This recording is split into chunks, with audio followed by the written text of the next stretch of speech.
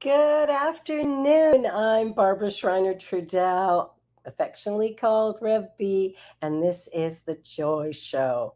And today I just want to begin with a land acknowledgement. The land that we're meeting on is the traditional territory of many nations, including the Mississaugas of the Credit, the Anishinaabe, the Chippewa, the Haudenosaunee, and the Wendat peoples, and is now home to many diverse First Nation, Inuit, and Métis people. We also acknowledge that Toronto is covered by Treaty 13 with the Mississaugas of the Credit and the Williams Treaty signed with multiple Mississaugas and Chippewa bands. Truth is, this land has been in the care of the Indigenous peoples for millennia. And today I feel a strong bond to the land, to the people, and I know that we are one. My vision for my ministry, for my world, is transforming humanity through the emergence of the authentic self. And the mission is to welcome you as you are, where you are, without judgment or criticism, and providing a sacred place for learning and growing as you seek to achieve your greatest dreams. We accomplish this through classes, events, through this show. We honor the revelation of your emerging authentic sacred self through our positive messaging and loving support. Well, I am truly, truly delighted today to have with me one of my students and the most remarkable man. Sylas Ewan is a people lover, and up until his gender reassignment transition, he would prefer to being addressed by his nickname, Stones. I remember that. He acquired playing basketball, soccer, football with the guys in school and community. But this wonderful Canadian with Jamaican roots was raised in a really strict family and somehow, some way has found his way to the beautiful human being that we have here today. So welcome, Sylas Ewan. Hey, my friend. Hi, Rev B. Thank you for having me. I am so grateful you're here. Your story is such a remarkable one, and I didn't want to go through all of the story in your bio. I wanted you to talk a little bit about, as a young person, as you were finding your way. I can't even imagine the struggle of identity. Can you share a little bit about what that might have been like for you? So, as you mentioned, growing up in Canada mainly, with having those strong Jamaican roots, Christianity being the religion of Seventh-day Adventism to be specific. Yeah. It was very strict, and my mother is one of those persons, where we were in church from Sunday right till Saturday, the Sabbath. So I mean, there was choir practice, AY, Adventist Youth, there was Bible study, there was choir practice, there was everything. So it was a difficult transition for me in terms of identifying because I knew what the Bible and the interpretations that we were taught gave us in terms of same-sex relationships. Yeah. So it was very difficult for me to transition, having that background knowledge. Of course. And how was your mom? Like when you started talking about your real identity, I'm not sure how old you were at that point, but how has your mom been with all that? So initially, about the time that I was 8 years old, and I told her I wanted to be a man. And as you're a kid, my siblings were all like, "Oh, my sister wants to be a ballerina. My sister wants to be a teacher," and I'm like, "I want to be a man." So I knew at that age it was, that was my statement, that was my calling, that was my heart. Yeah. But as I grew older, of course, it wasn't that accepting. Up until, Mm. like I said, my recent transition, and I had my mother involved.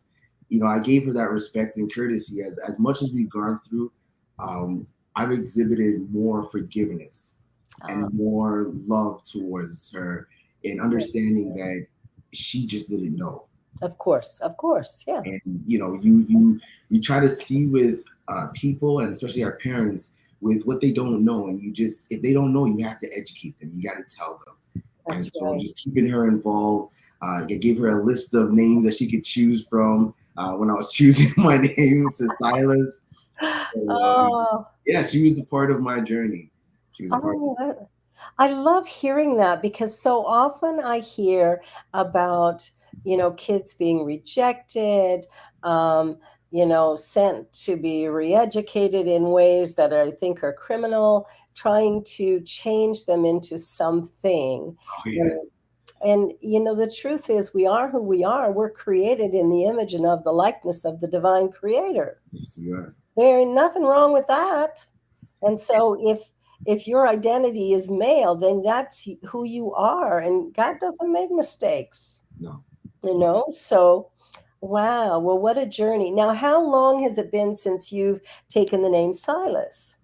So officially, it's been 2 years since I've taken the name Silence. Wow, wow. Now, what's that like with the government stuff, right? Like, even that's got to be a task. Trying. There is the formalities of it where you can't identify with both names anymore. So Right. for me, it would be considered illegal to do so, right? Yeah, So yeah. for me, I talked to the government. We did our name transitions, all the paperwork, your social insurance number, everything stays with you. But the transitioning of my identity with my gender and my name Yeah. had to be consistent with everything. And it's not that it's not that costly because there's a price to pay for everything with the government. Yes, there is. But it can be a little tedious Yes. in upgrading. So, but it's not difficult, and I encourage persons to identify with who they truly are, if not at birth, and they need to fully express the authenticity of who they are. To do that, it may take some time, but absolutely go through it. It's worth the process. It really is. Now, I can't even imagine, when you look at all that you've gone through, both emotionally, physically, mentally, like this is a full journey. Mhm. And, many of us struggle with our teenage years and stuff. I can't imagine what yours were like. Yeah, I will ever faced I faced some abandonment from my parents. I've faced homelessness. I faced,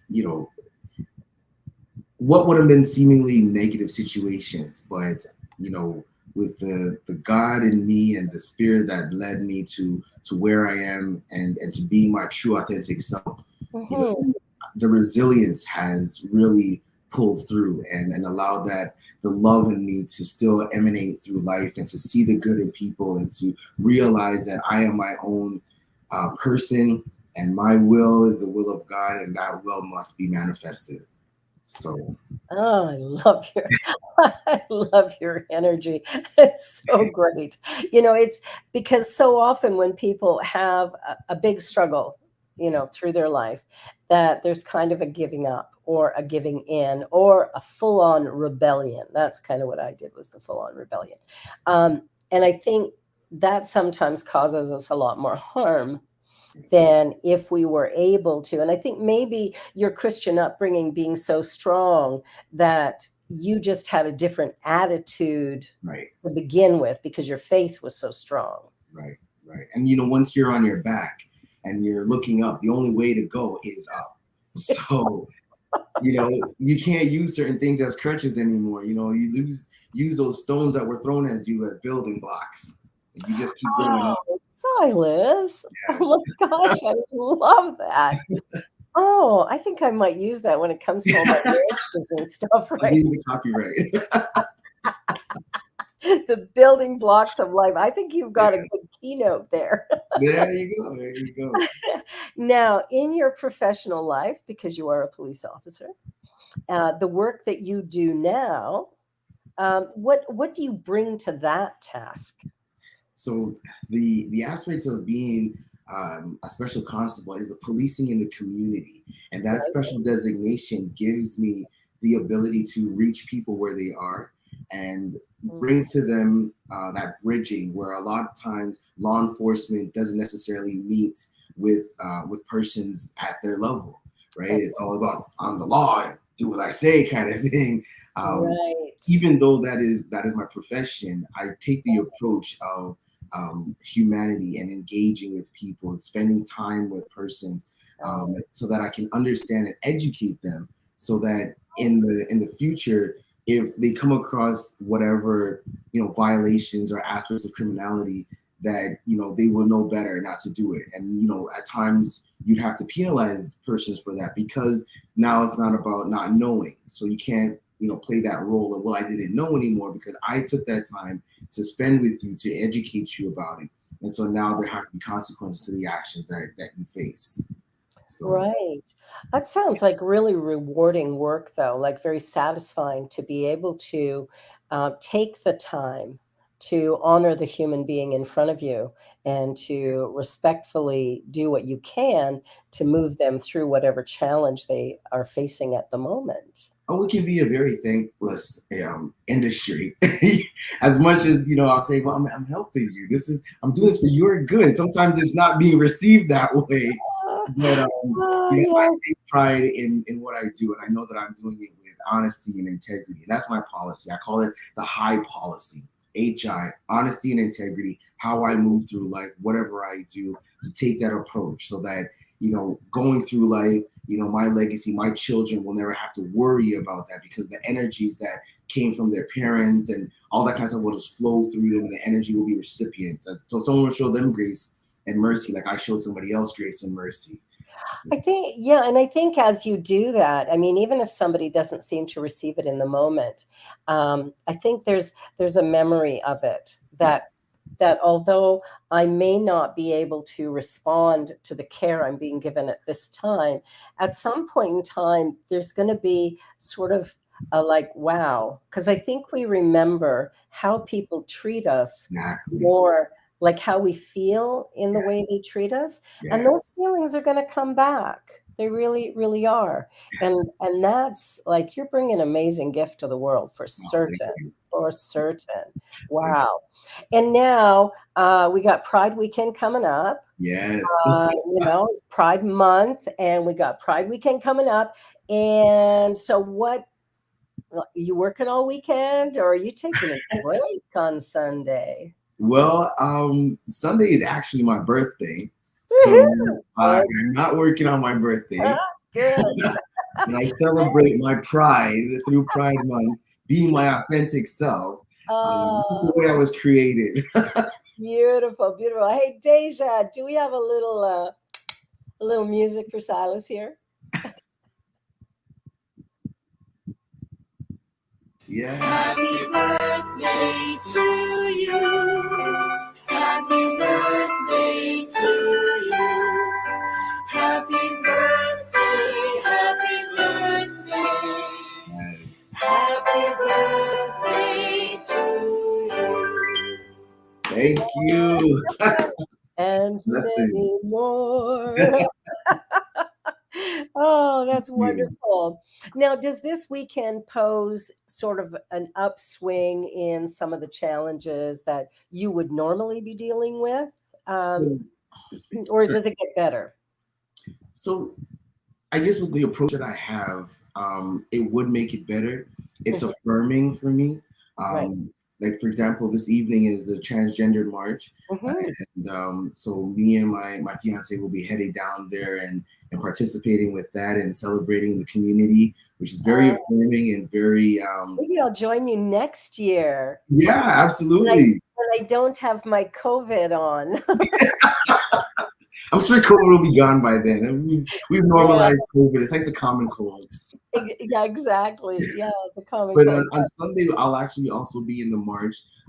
So we'll be marching with with the TCHE City of Toronto, Toronto Police, in that float when there'll be, about I think 100 of us strong, and we'll be there marching. And the community can sometimes look negative towards policing because of the brutalities and things that had happened in the past, and where the Pride March actually started from, and being, that sit-in, that standoff kind of political approach. But I think we've move to a different plateau in educating persons and understanding that there are persons in of the community that also are part of the policing world. And we're not here to hurt or to harm.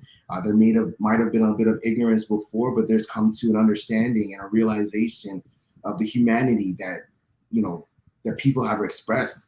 And it's not for us to judge or ridicule or try to impose, but to understand and to respect.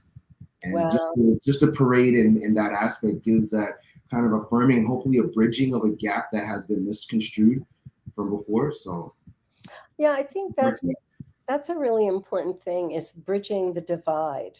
yeah. That because the division is caused, like you say, through ignorance. I don't know what I don't know, and so I may step in it. But then there's also some people who go, well, I don't know it, I don't understand it, so I'm going to hate it. And then that brings a whole other level of challenge all the way around, in how to begin to transform that hate into maybe a curiosity, so they at least are willing to try to understand, and then maybe even some point to a place of, I choose to accept you as you are. Like, there's a journey there. So building that bridge, do you have any thoughts about how we might successfully do that? Just being open and to ask questions, not to assume. If you come upon a person, and any person, it doesn't matter their sexual orientation, it's right. You would ask them and say, well, what pronoun may I address you as? That is such an affirming and respecting a question, because like, I see you and I don't want to assume anything. And so by asking, we're giving that humility and showing, I want to be able to communicate with you effectively. What is the best way? So you're opening that channel, that way of communication. Yeah, and that's so the pronouns. The pronouns get a little confusing for some people. I luckily have a teenager who helps me. She was talking about cisgender one day, and I was like, okay, go to the Google. But then somebody said, well, what about aunt and uncle?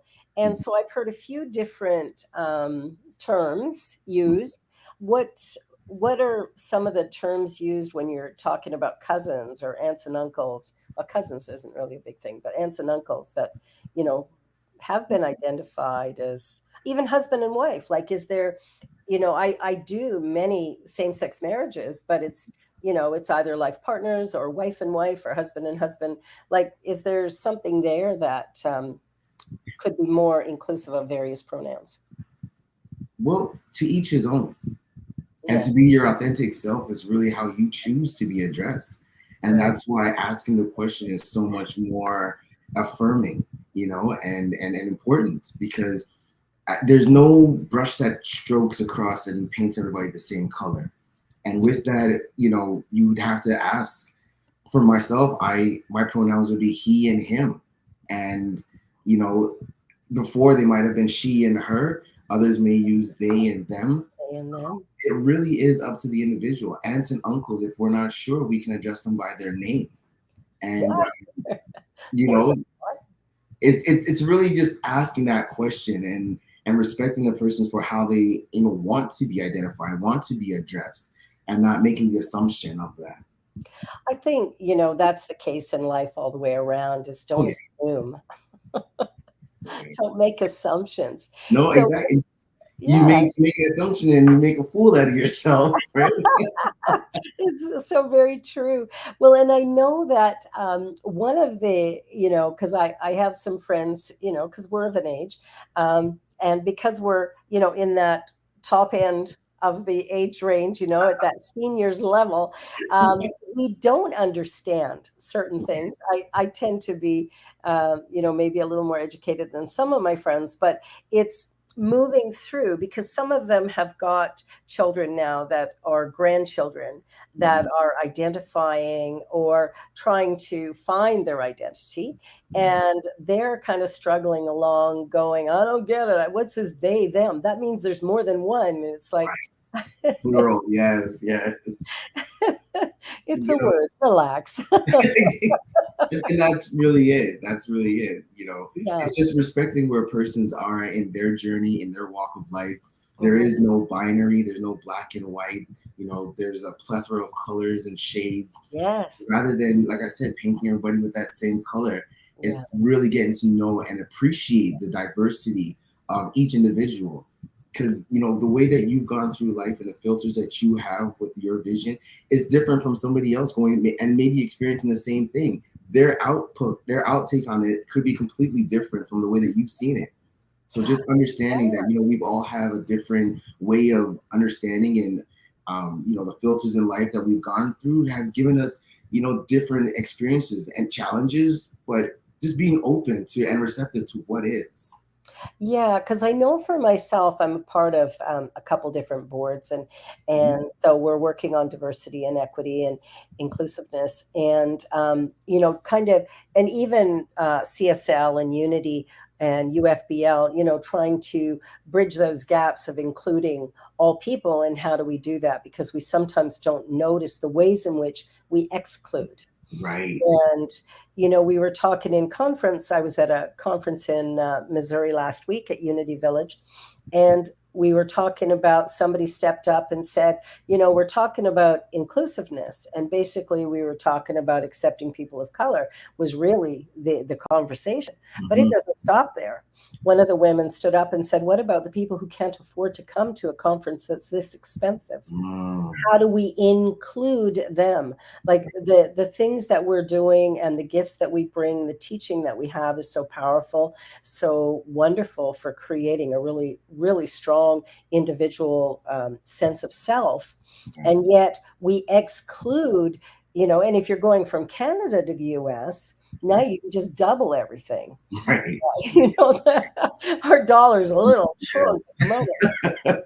But it's another way that we exclude, Right. is that, whether it's, on color or religion or gender or sexuality or financial prosperity or how many, initials you've got after your name all of a Right. sudden elevates you in some way.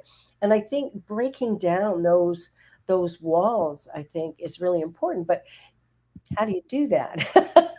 That's And that's we all have implicit biases, you and got a red interior, so do I. I love that. What a great shot. where did that come from? Look at that man. Just spreading love and light, all colors, keeping it bright. That's so good. But, Oh my goodness, I love it. one of the things I was talking about was that those implicit biases that we have, Yeah. and unfortunately, because we've experienced a world of so much hate and segregations and phobias, we're very fearful, and that's not a spirit of God.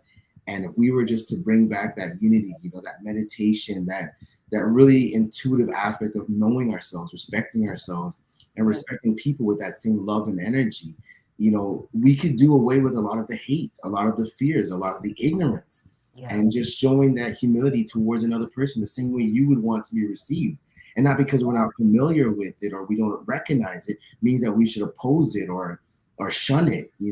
There's so much in this world that we don't know, and rather than taking on this approach like I know everything, humility really would allow us the opportunity to change and to allow us to grow. And I think if we take that approach in our world today, more is coming to light. I don't profess to know everything, and I'd rather take that approach as a student, forever a student, just Yeah. learning. My son is teaching me things when I thought I was at his age. I was like, man, I didn't know that, you know, and it's just like that humility and saying, you know, teach me so that I can be a better man, a better father, a better example, a role model to whomever else.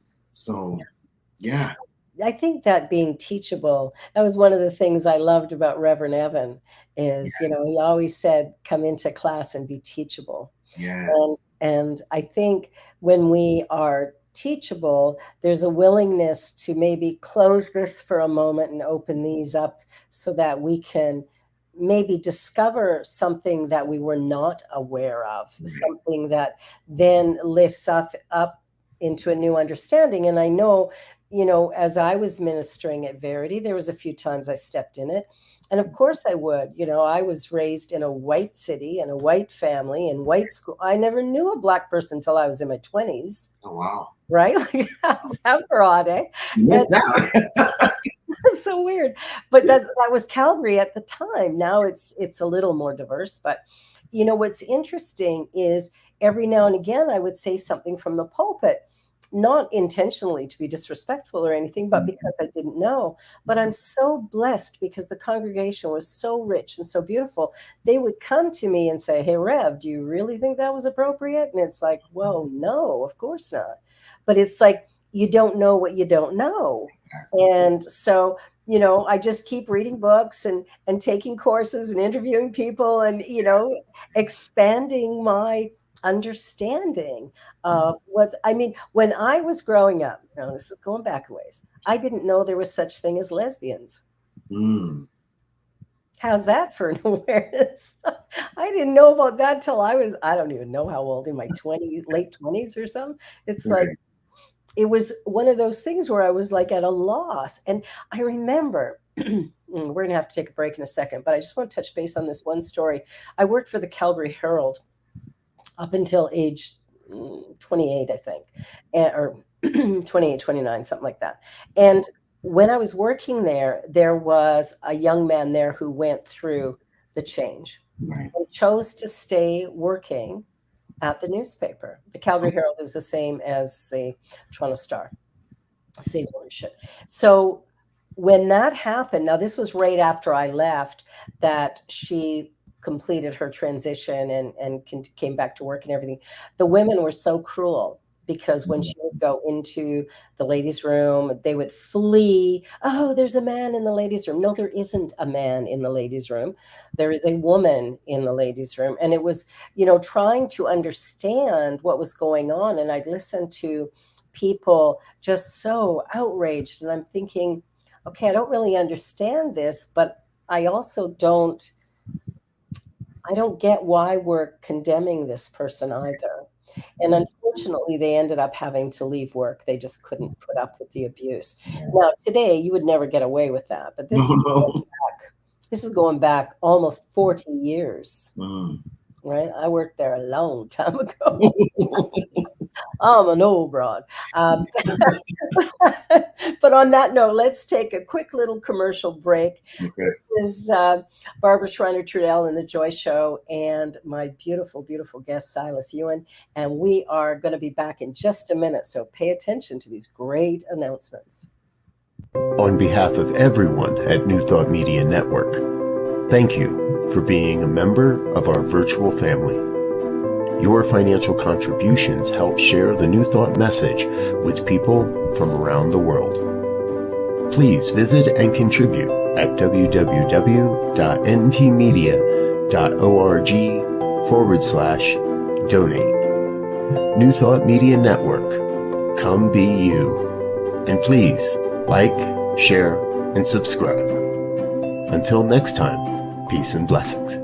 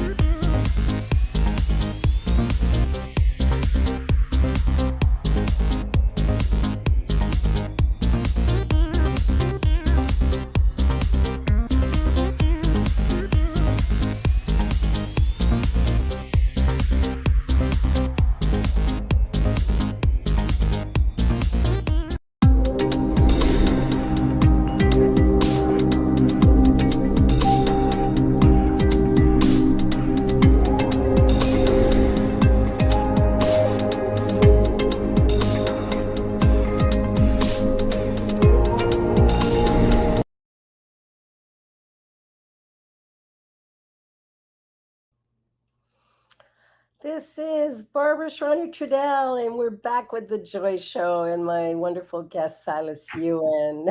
Oh, So, yeah, it's really unfortunate that that beautiful picture of you and my logo goes across on the screen. Oh, my goodness. Oh, well, we'll do something about that logo. Yay, I love that. Oh, that's great. wow. That's I was great. doing a fashion show actually for a friend of mine who is also of the community, the LGBTQ community, and Yeah. just they wanted persons of the transgender community to represent their clothing line. So I had a little Oh. fun. It was called Raw, and so there's nothing more raw than being your authentic self. So And that I like that a lot actually, because that really what it is, yeah, that we stand in our truth with, those little voices that have been going off in the back of our head going, you're not enough, you're too much. What's wrong with you? Why do you do this? Why do you do that? Oh, are you never going to learn? Blah, blah, blah, blah, blah. Right? the That naysayers. soundtrack. Yeah, Yeah. Erasing the soundtrack. I don't know if we ever actually erase it, but we get to the point of going, whoa, override, right. Delete. delete. Yep. Excuse me. You sit in the back and Right. be quiet, would you? And then here we go forward. Because I know for myself that that's one of the challenges I went through, being raised in a home where, there was lots of anger and things and some abuse and then moving into the divorce of my parents, which, that did not happen when I was 11 years old. It's like I was so ashamed, Yeah. like that was my experience, right? This incredible shame. And from then on, acting out in anger. So as we move through our own histories, we have to find our pathway. Absolutely. And I found mine. I didn't have religion growing up, so I didn't have that strong background that you had of that faith, which I think really helped in your resilient transformation. For me, it was finding it, Mm, and I had that spiritual epiphany at 27, nice. and that began the change that my whole life became a whole different thing as a result of being able to know what God means to me Right. and what that is and changing it. So now you're part of the New Thought movement. You're part of Verity, Yeah. and but you were raised in a more fundamentalist approach. How Yes. have you reconciled the concept of God from those two different vantage points? Um, Looking at from what I knew and what I understood growing up to where I am now, Yeah, um, you know, God is a God that you should fear God, and not that God is of any gender, not that God is a God of malicious retribute, and that you're going to be condemned and you're going to be killed and you're going to that God of anger, not that kind of God. I've transitioned from understanding um, the energy that God is, the spirit that God is, the God in me, the God in you, and recognizing that and being able to, to salute the divinity in you. And I think that yeah, with Reverend Evan Reed, he allowed and helped me in terms of the classes that I took and transition because I was always seeking the truth. yeah, And the truth is very subjective to yeah, some persons, right? It's all subjective to your interpretation, but yeah, understanding the metaphysics of the energies and the spirit of God, and understanding that religion is a man-made organization, really, of one particular faith and denomination pushing an agenda. The yeah. only agenda that is of God is love. The Yeah, only mandate that God has: love God, love yourself, love others. That's it. Be the complicated with everything trifecta, else. the trifecta. It's Yeah, like that. and it's interesting. I was reading a book a little while ago called The Wisdom Jesus, and it's one of the statements in there was by um, an English gentleman, and he said that Christianity hasn't failed; it just hasn't been tried yet. And Mm, and I think where it's sometimes fallen down is in that area of love, yeah, and loving every single person. Like just where they are. And love means I accept you. Yes. You don't have to show up in the right shirt, wear the right shoes, Mhm. have the correct job, That's wear right. your hair the right way. I mean, it could be purple if you want, Right. you know. I used to have locks and now I don't. Exactly. You could have tattoos. Where's my tattoo? Well, there's one. Right. There's the other one. Can't see it. Nice. Nice. But it's like all of these. One of the challenges that I had when I did have my spiritual epiphany, it was in a more fundamentalist type church, and there it was like if you were divorced, you were bad and wrong. If you were a single parent, you were bad and wrong. If you didn't accept Jesus as your Savior and Lord, you're going to hell. So the rabbis go to hell, and indigenous people who are studying, their native spirituality, they're going to hell, and all of this. And I'm sitting back going, this can't be, because the experience I had of God, which was really profound, Mhm. was this energy and vibration of immense love, Yes. which transcended everything. It's like nothing is outside of it. Right. And that for me was the beginning of a transformation from rebellion to a place of sort of finding my own voice and passion and purpose.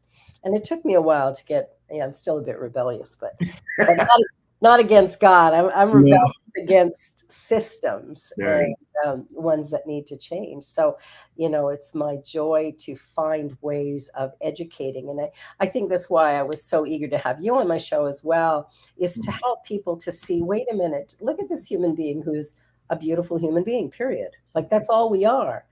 And finding, look at this, a movie star, Right. a star is born.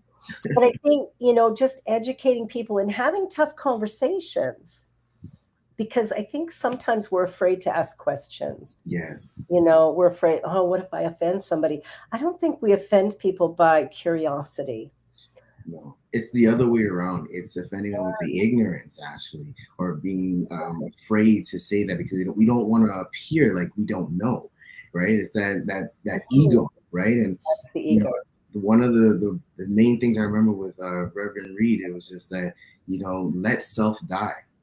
And when you let self die, you break way for the real you to come through, right? And the ego is really what is conditioning the mind because of the stereotypes, the socialisms of what is and who dictates normalcy, and those are the things that really have conditioned us to trying to be one, better than the Joneses next door, or trying to look out or outdo. And social media pushes that Yeah. platform. But let ego die.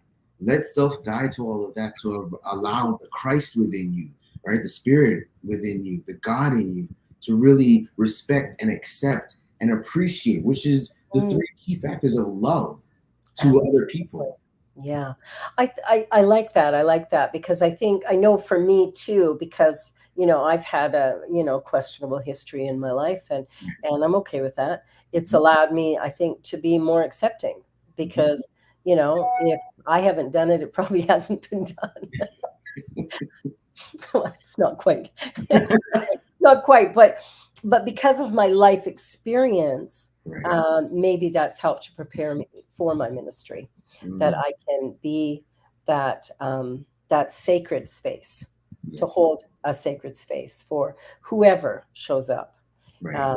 Because I don't have, I no longer have fear about asking tough questions, or receiving people where they are. I think that for me has been a shift, because there were times when I didn't know. And I even remember as a child, one of my neighbors had Down syndrome. And I avoided that little girl because I couldn't comprehend Right. and understand. And it scared me. And no adult would talk about it. No adult would say, hey, come and meet this. I don't remember her name now because I didn't get to know her. I knew her sister, but I wouldn't go to their house because I was afraid. And I think we as parents sometimes do a disservice with our children when we don't allow them to ask questions, to be naturally curious, because they will. Yes. one of my friends was telling me that when she was, I don't know, maybe in her early teens or something, she did a swap at school where she went and stayed in a family home, I Oh, think in Nova Scotia or something, and then the child from there came and stayed at her place. And when she went there, they didn't expect a black child. mm, So they were very loving and accepting. But the little brother of the girl who'd come this way, he come up to her one day after a while and he's rubbing her arm. he's trying to he's trying to wipe off the color, right? And she said it was sweet. She said it was like he just didn't know and nobody was talking to him. And so she said it was interesting that this experience happened, but she was okay with it. She was able to look at it as here's a child's curiosity. yeah, I'm okay that's with curiosity. natural. And a lot of parents would be like, "Oh, don't do that! Like, stop, stop, stop! What are you doing? That's horrible!" Right? Like we'd get our own stuff in the way. Yeah. And I think as a parent, for me, I have 4 kids, and the youngest is only 17, so I'm learning a lot from her. Right, right, right. The other ones are all old. So now with your son, tell me about your son and your experience of now. How old is he now? So my son is 11 years old, Ah, great. and he's 11 going on 18. Probably 40, but okay, 18. It's he is. I'm so grateful, and I don't want to get too emotional, but I'm so grateful for him because I've never had such an experience in being and developing the way that I have if it hadn't been for him. And Yeah. he's taught me so much more than he knows, and I'm appreciative of him because it's going back to the mind of a child and the innocence that they have and the rawness and the acceptance that he has for me, Yeah. um, and meeting me where I was before my transition Yeah. and going through my transition and helping me and just seeing the authenticity of his love for me as a person. Yeah. And he reveres me with this nickname that he came up with, as Marty, and that was his definition of mommy slash daddy. Aw. It was Marty, and I love that name. I welcome it. I embrace that name. Yeah. And going through life, and he didn't even care whether it was his grandmother who may have saw me differently, or people out in the community, or at school. I was his Marty. I Oh. am his Marty. You know, um, as of recently Father's Day, I asked him, well, so he gave me a Father's Day card that said "Dad" on it, and it was the cutest thing ever. Getting all my gray hairs because of the but it was just embracing that. I'm like, so are you gonna call me Dad now? Especially with my transition. It's just learning to accept him wherever he is and how he chooses to identify with me, and letting him be comfortable. But he's taught me how to be humble. He's taught me how to be consistent, right? Taught me how to be open to change, because I could be set in my ways with certain things, and certain aspects of what I knew growing up to Yeah. where things are today is completely different. Yes, it And was. just being open with that. Like, he expresses himself with his hair, with his clothing. I'm thinking, why are you wearing that? That's not what you should be wearing. And he's like, but it's his expression. And that's, we forget that, we make the child, we don't make their minds. And so who they are is really allowing them that space to be free, respectfully, in a certain way of, civility, but still allowing them to just be. And as a parent, I can call myself a parent. Yes. I love that aspect, and I'm grateful for my upbringing. But there's a lot of things in my upbringing that I've done away with. So I remember how it made me feel, and not putting that on him and allowing him to be. Right. This is actually the card that I got for Father's Day. Sorry about all those gray hairs I gave you when I was growing up. I was like, geez. He's like, well, just think what the kids of those bald-headed dads must have been like. Happy Father's Day. It's hilarious, but I love it. I love that. And the things like that I will keep in my little treasure chest, and remember, it's like I can look back, when he's 29 and with his partner, whatever. It's like, remember the days when you used to write me cards or make me this or drawings, and I still have them. I still Yeah. have them, and I appreciate being in his life. I'm not obviously his biological father, but that hasn't changed with him. That hasn't phased him at all. And just to know that he's welcomed me as who I am in his life. I think it was like 6 years old. Yeah. It's been an amazing journey, and I love him for that.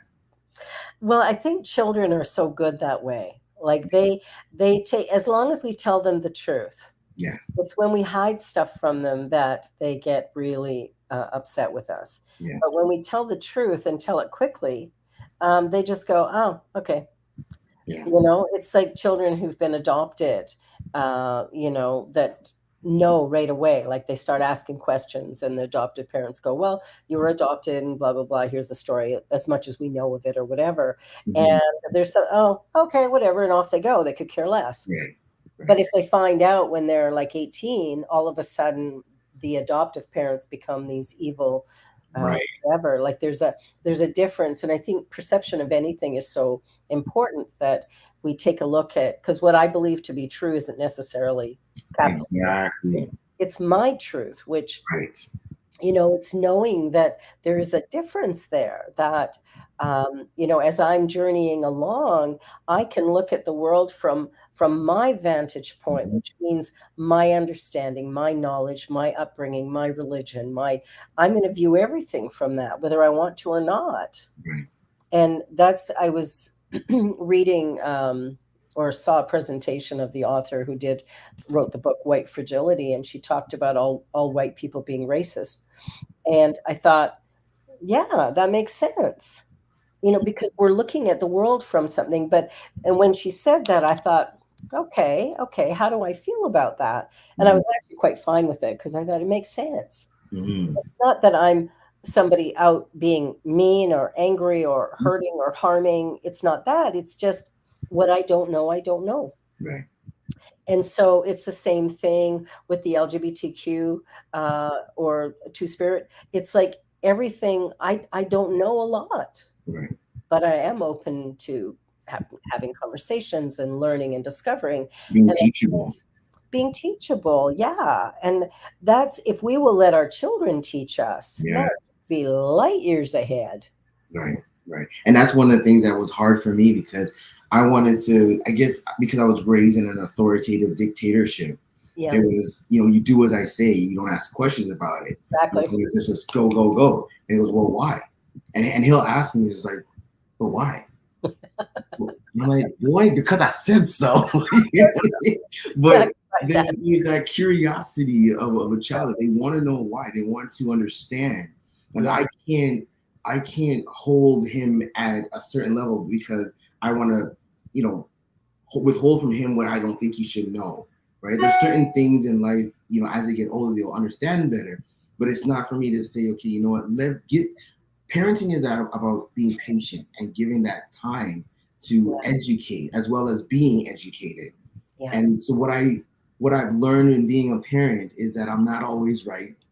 I don't know it all, and that it's okay to make mistakes. And sometimes it triggers my ego, because it's like, well, I should have known, or but it's saying, I'm sorry, and realizing when I've done something saying wrong, I'm sorry. to take that accountability, and that is one thing that my son has really taught me. It's going to work and dealing with other people, and then being able to rush home and be with my family, because it's just like there's no place in the world I'd rather be than with my family. And With family.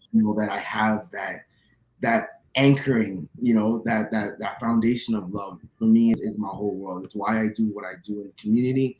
It's what I do, as a human being, and just live life in love.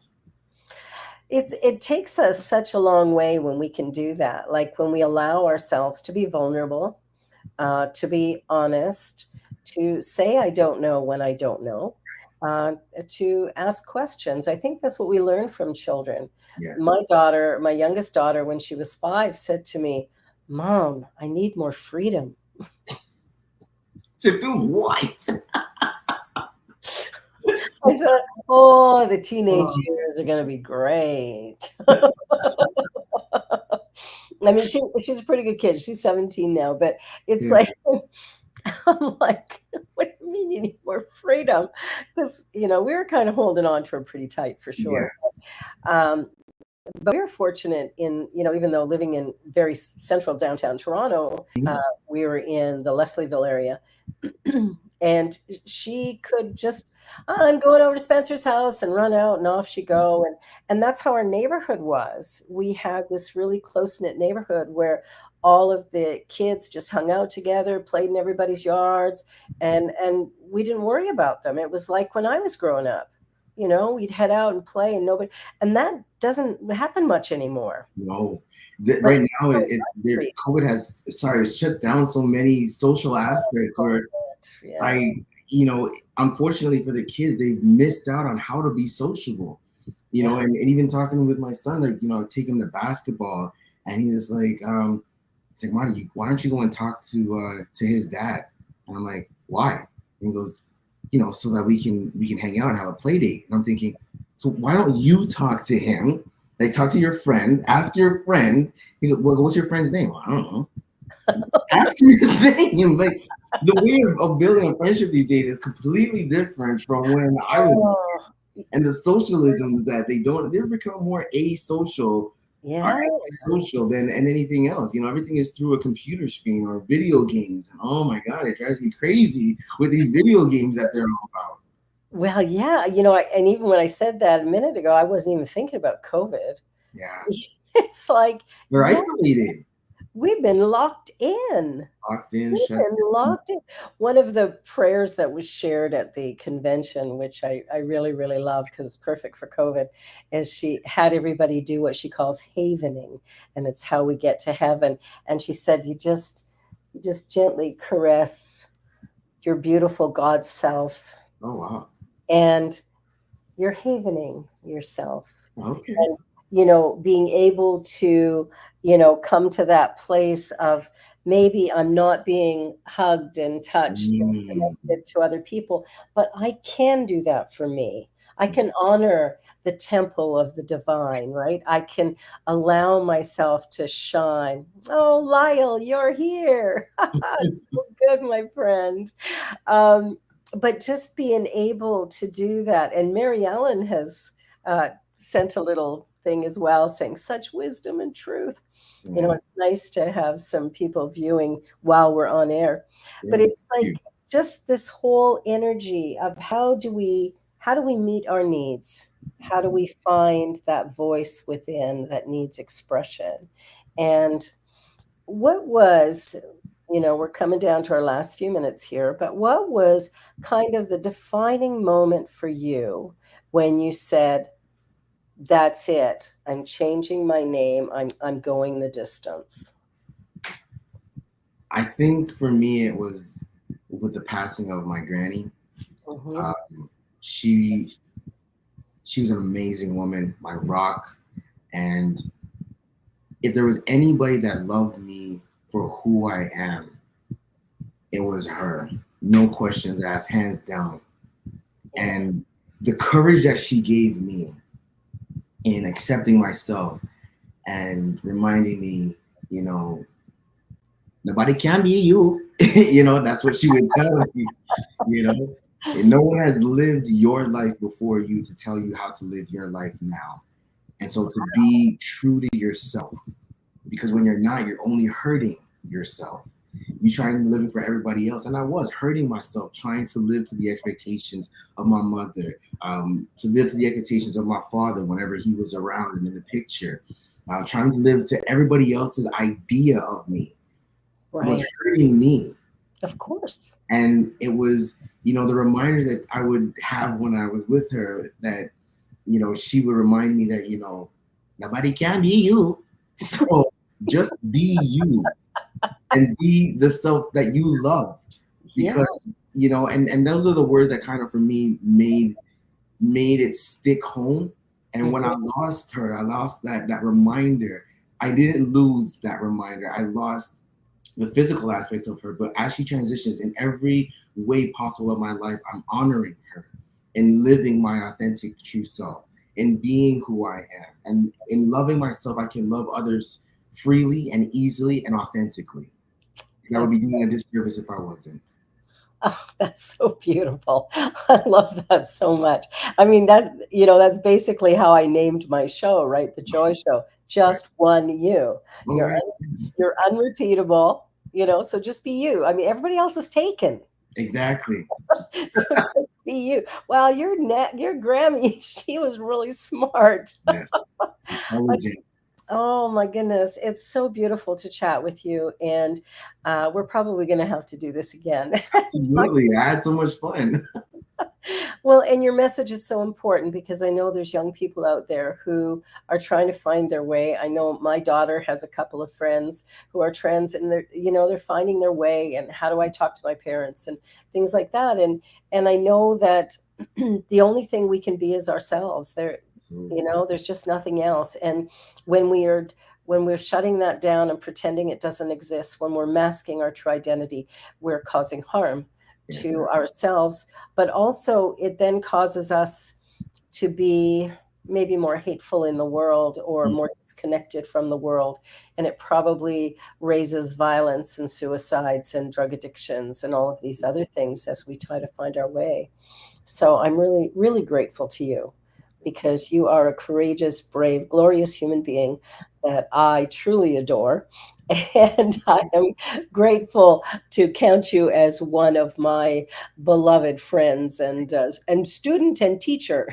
Yes. Take you as my teacher. So I thank you for being here today. And Thank you for allowing me that opportunity and this platform to share with you and the world that are watching online. Hello. Hey, world. Hey, world. It's me. Well, yeah, and you know what? It's just going to get bigger. The voice is going to get louder. And I know that, as I share this video out and I invite you to share it out with people as well, it'll be archived on YouTube. I'll send you the link. Okay. And if you want the whole video, I can download it and send you that as well. And you can put it on whatever sites or edit down or take bits out. Do whatever you can do to also, again, share this great idea that really just be you because everybody else is taken. Right. Boy, your granny was smart lady. I like her. I love her, Mister, but I'm grateful that she's always here with me. So Absolutely. I love you, my friend. Thank you so, so very, very much. And well, this ends our time together. Thank you so much for joining me today on The Joy Show. I'm Barbara Schreiner Trudell. I am the spiritual director of the Center for Spiritual Living on the Lake, and I hope sometime you'll check out that on YouTube as well. It has been a pleasure and a privilege, and if there's anything about you that you think needs to be altered or changed, I just want to remind you that you are created unique and special. There's only one you. And you are absolutely who you need to be. I love you, bless you, and have a glorious weekend. Happy Pride, everybody. Bye for now.